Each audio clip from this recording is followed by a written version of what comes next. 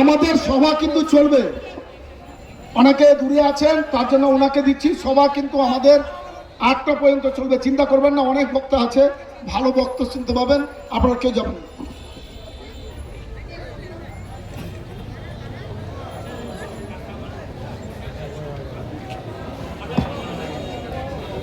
আমি সকালবেলা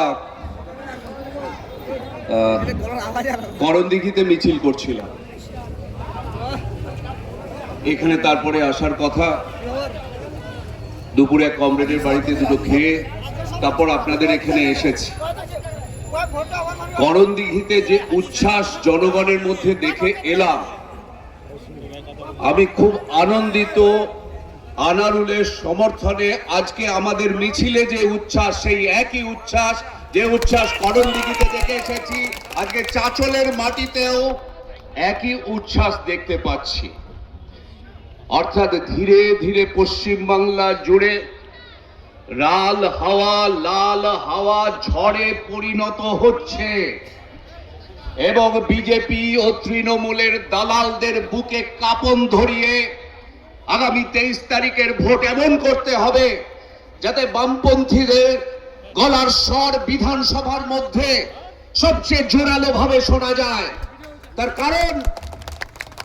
কারণ আপনারা গত 15 বছর ধরে শুধু কুশাসন অপশাসন বলবো না, এই বেয়াদবি পশ্চিমবাংলার মাটিতে আর কতদিন ধরে চলবে? ধর্ষণ, লুটতরাজ, বিভাগ বসে আছে, পুলিশ মন্ত্রী কোনো অ্যাকশন নেন না, তিনি আবার মুখ্যমন্ত্রী, বিভাগ বসে আছেন। আর একটার পর একটা সারদা, নারদা, কামদুনি, পার্ক স্ট্রিট হয়েই চলেছে। আরজি করে যে ঘটনা ঘটে গেছে, তার বিচার কোথায় গেল? রাজ্যের মানুষ তো সন্তুষ্ট নয়। একজন বড় দাদা, তিনি বছরে 2 কোটি বেকারের চাকরির ভাওতা দিচ্ছেন, আর একজন তার ছোট বোন বলছেন অলরেডি 2 কোটি বেকারের চাকরি দিয়ে দিয়েছেন। অথচ তথ্য কি বলছে? তথ্য বলছে পশ্চিমবাংলার শিক্ষিত যুবক যুবতী, স্বল্প শিক্ষিত যুবক যুবতী আজকে যুব সাথীর লাইনে গিয়ে দাঁড়িয়েছে। তার সংখ্যা, রেজিস্টার্ড নাম প্রায় 1 কোটির কাছে। 2 কোটির যদি চাকরি হয়ে গেল, তাহলে এই 1 কোটি লোক গিয়ে লাইনে দাঁড়ালো কেন? তার কারণ দিনের পর দিন স্কুল কলেজ বন্ধ করে দিয়ে, চাকরির অবকাশ বন্ধ করে দিয়ে, কোথাও স্থায়ী চাকরি নেই। তাতে দাদা এবং দিদি, বিজেপি এবং তৃণমূল একসাথে আমাদের উপর যে অত্যাচার চালাচ্ছে, সেই অত্যাচারের জবাব আমাদের 23 তারিখ দিতে হবে। আনারুলকে বিপুল ভোটে জয়ী করে এই অত্যাচার বন্ধ করতে হবে। আর কতদিন আমরা সহ্য করব এই অত্যাচার? স্কুল বন্ধ হয়ে যাবে, 26,000 শিক্ষক পরীক্ষা দিয়ে যারা যোগ্য তারা বঞ্চিত হবেন। আর 8,000 স্কুল বন্ধ হয়ে গিয়ে 26,000 মদের দোকান খুলবে। এই পশ্চিমবাংলার স্বপ্ন আমরা দেখেছি। এই পশ্চিমবাংলার স্বপ্ন নেতাজি সুভাষচন্দ্র বসু দেখেছিলেন, গণেশ ঘোষ দেখেছিলেন, রবীন্দ্রনাথ ঠাকুর দেখেছিলেন, কাজী নজরুল ইসলাম দেখেছিলেন, সুকান্ত ভট্টাচার্য থেকে বুদ্ধদেব ভট্টাচার্য, তারা কি এই পশ্চিমবাংলার স্বপ্ন দেখেছিলেন? আগে পশ্চিমবাংলা মানেই সারা ভারতবর্ষে এবং পৃথিবীর কাছে একটা মাথা উঁচু করে বাঁচার জায়গা। আজকে পশ্চিমবাংলার অবস্থা কি হয়েছে? বীরভূমে এক নেতা আছে, সে চরম ঢাক বাজায়, উন্নয়ন নিয়ে রাস্তায় দাঁড়িয়ে থাকে, আর তার ফলাফল কি হয়েছে? বেকারের কাজ নেই। পশ্চিমবাংলা থেকে শিক্ষিত ছেলেমেয়েরা, স্বল্প শিক্ষিত ছেলেমেয়েরা কাজের জন্য কেউ চলে যাচ্ছে হায়দ্রাবাদ, কেউ চলে যাচ্ছে ব্যাঙ্গালোর, কেউ চলে যাচ্ছে মহারাষ্ট্রে, আর বেশি শিক্ষিত যারা তারা দেশের বাইরেও চলে যাচ্ছে। আর পশ্চিমবাংলায় ক্রমশ একটা বৃদ্ধাদের আবাসস্থল হয়ে দাঁড়াচ্ছে। এই পশ্চিমবাংলা আমরা চেয়েছিলাম। আপনারা কি সন্তান প্রতিপালন করেন এই উদ্দেশ্য নিয়ে যে তারা কোনো কাজ পাবে না, শুধুমাত্র ভাতার লাইনে গিয়ে দাঁড়াবে? আমরা ভাতার বিরোধী নই। 1977 সালে ক্ষমতায় আসার পর যুবকদের জন্য, বৃদ্ধ বৃদ্ধাদের জন্য আমরাই প্রথম ভাতা চালু করি, বেকার ভাতা আমরাই প্রথম চালু করি, এমপ্লয়মেন্ট এক্সচেঞ্জ আমরাই প্রথম তৈরি করি, এবং এবার আমাদের ঘোষণাপত্রে আছে যে প্রতিটি শিক্ষিত রেজিস্টার্ড বেকার অন্তত দুখানি করে চাকরির কল পাবে। পশ্চিম বাংলা একটা শ্মশান হয়ে গেছে। বিগত 15 বছর ধরে কাজের জায়গা, ক্ষেত খামার, চাষিদের কি অবস্থা? আজকে আলুর দাম পাচ্ছেন, তারা পেঁয়াজের দাম পাচ্ছেন, সারের দাম পাচ্ছেন, চাষিরা কোথায় যাবেন? আত্মহত্যা করা ছাড়া। এমন দুর্ভাগ্য আমাদের যে পশ্চিম বাংলায় চাষি আত্মহত্যা করলেও নাম রেজিস্টার করা হয় না, নথিভুক্ত করা হয় না, যাতে দেখানো যায় যে এখানে কোনো চাষি হতাশায় ভুগে দেনা শোধ করতে না পেরে আত্মহত্যা করেছেন। এই পশ্চিম বাংলা আমরা চেয়েছিলাম মানুষের কাছে। শিক্ষাঙ্গনে দেখতে পাচ্ছি কি মাস্টার মশাইদের কলারে হাত পড়ছে, শিক্ষককে আটকে রেখে, কলেজের প্রিন্সিপালকে আলিয়া বিদ্যালয়ে আপনারা দেখেছেন আটকে রেখে তৃণমূলী গুন্ডা বদমাইশিদের শাসানি দেখেছেন তো আপনারা, কি দেখেননি? এই পশ্চিম বাংলা আমরা চেয়েছি। শিক্ষকরা রাস্তা দিয়ে হেঁটে গেলে আমরা সব সময় অ্যাম্বুলেন্সটাকে ছেড়ে দিন, ধন্যবাদ। ছাত্রছাত্রীরা মাথা নিচু করে দাঁড়াতো, তাই না? সে মাদ্রাসার শিক্ষক হোক, হাই স্কুলের শিক্ষক হোক। কিন্তু আজকে কি হচ্ছে? স্কুলগুলো বন্ধ। আনোয়ারকে যেটা রিকোয়েস্ট করলো, অনুরোধ রাখলো যে আমরা যদি চাঁচলে জিতি, আমাদের প্রথম লক্ষ্য হচ্ছে ওই 14টা স্কুলকে পুনরায় খোলা, ছাত্রদের বাড়ি বাড়ি যাওয়া, ছাত্রীদের যাতে চটপট বিয়ে না হয়ে যায়, তারা যাতে শিক্ষিত হয়ে নিজের পায়ে দাঁড়ায়, নিজের পরিবারকে দেখতে পারে, নিজের সব মা বাবা তাদের পাশে দাঁড়াতে পারে। আমাদের কাজ হবে তারা যাতে সমাজে যোগ্যতার সঙ্গে মাথা উঁচু করে বাঁচে, সেই রকম একটা পরিবেশ তৈরি করা। পশ্চিম বাংলা ছেড়ে আপনাদের একটা ছোট্ট তথ্য দিচ্ছি। 2011 সালে আমাদের এই পশ্চিম বাংলায় যখন বুদ্ধদেব ভট্টাচার্যের নেতৃত্বে সরকার পতন হলো, সেই সময় আমরা শিল্পে এই দেশের মধ্যে 3 নম্বর জায়গাতে ছিলাম। প্রথমে মহারাষ্ট্র, তারপর গুজরাট, তারপর পশ্চিমবঙ্গ। কিন্তু এবার তো সিঙ্গুরে এসেছিলেন প্রধানমন্ত্রী মোদিজি, এসেছিলেন না সিঙ্গুরে বক্তৃতা করতে? তো বনের জমিতে দাঁড়িয়ে একবারও বলেছেন সিঙ্গুরে আবার এখানেই আমরা কারখানা করব? বলেছেন? বলেননি।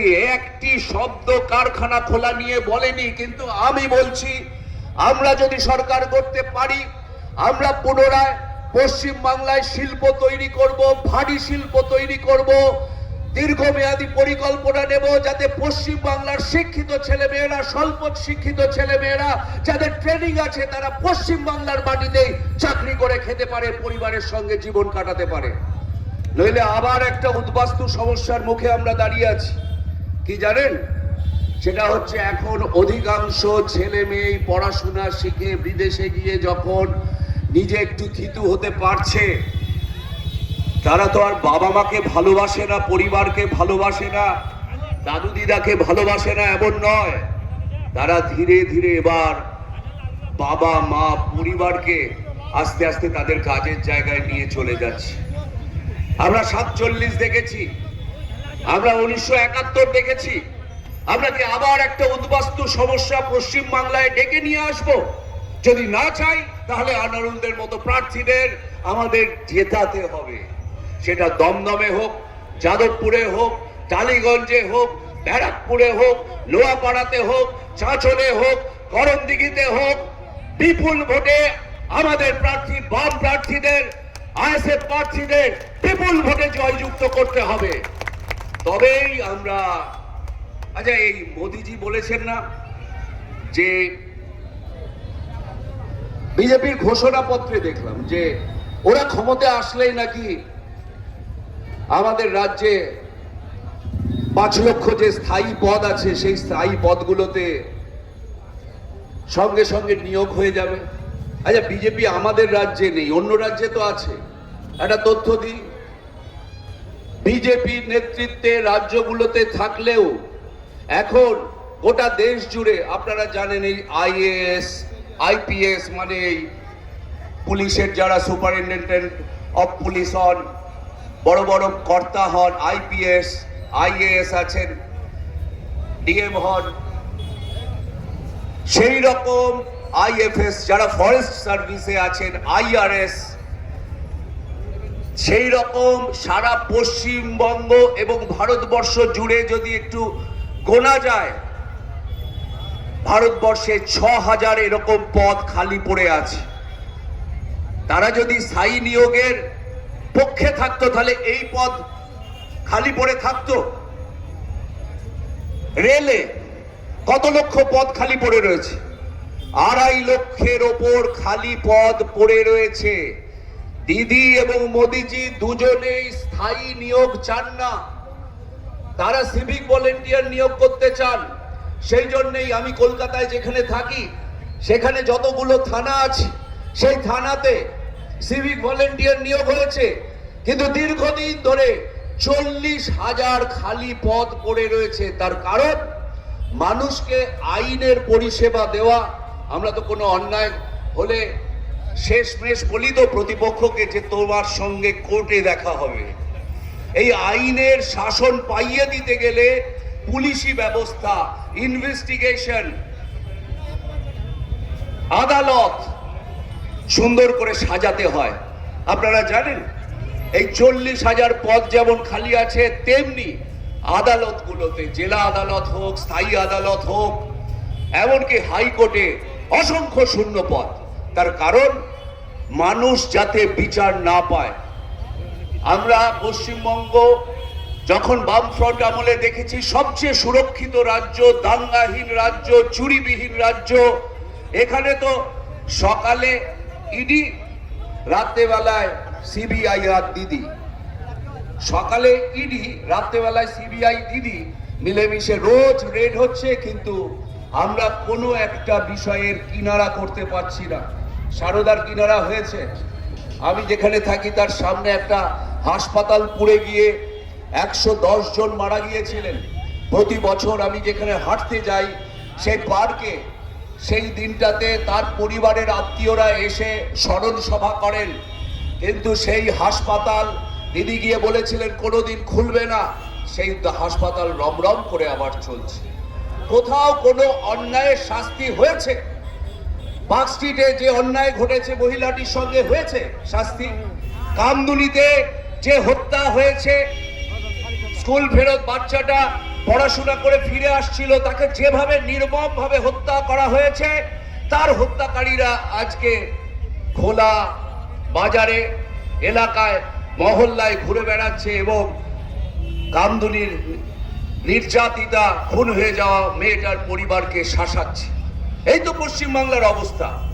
তাই আমি আপনাদের কাছে বলতে এসেছি, আনারুলের জন্য বলতে এসেছি, এমন একটা পশ্চিমবাংলা আপনারা গড়ুন, আপনারা দায়িত্ব নিন, যাতে আগামী দিনে পশ্চিমবাংলায় পশ্চিমবাংলার মানুষ মাথা উঁচু করে বাঁচতে পারে,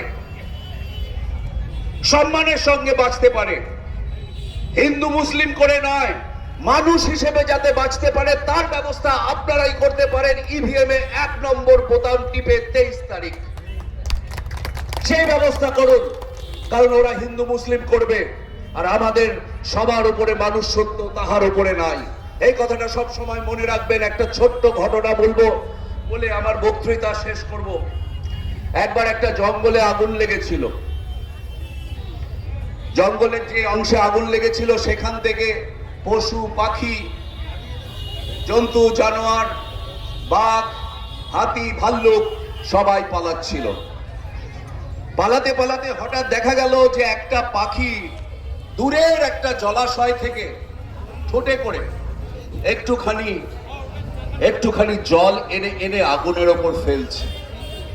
ছোট্ট পাখি, মানে এই চড়াই টুনটুনি পাখি যেমন হয় না, সেরকম ছোট্ট পাখি, বড় পাখি নয়। তো তখন যেতে যেতে একটা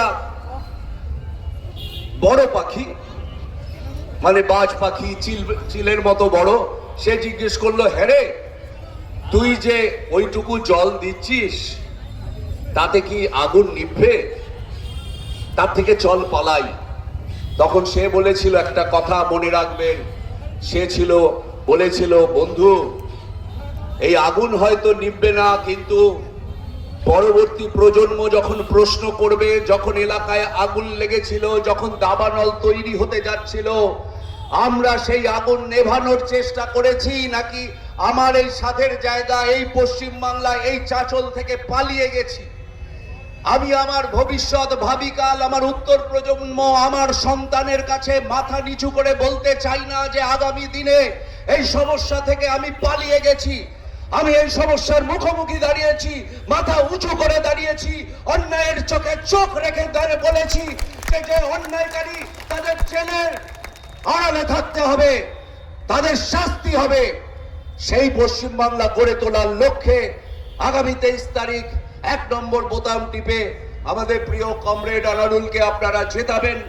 এলাকায় এলাকায় ফিরে গিয়ে নিজের ভাই বন্ধু সবাইকে বোঝাবেন যে পশ্চিমবঙ্গ ধীরে ধীরে যে শ্মশান হয়ে গেছে, সেই শ্মশানে যদি আবার একটা চারা গাছ পুঁততে হয়, যে গাছ একদিন বড় হবে, মিষ্টি ফল হবে আমের মতো, এ তো আমের জায়গা, সেই রকম একটা ছায়া দেওয়ার বৃক্ষ পোতার কাজ না হলে কিন্তু আপনাদের করতে হবে ভোটের দিন, না হলে কিন্তু আগামী 5 বছর আবার আপনাদের কপাল চাপড়াতে হবে। এই কথা স্মরণ করিয়ে দিয়ে আমি আমার বক্তব্য শেষ করলাম। ইনকলাব জিন্দাবাদ, লাল সালাম। আপনাদের সবাইকে লাল সালাম, ধন্যবাদ। এখন বক্তব্য রাখবেন আমাদের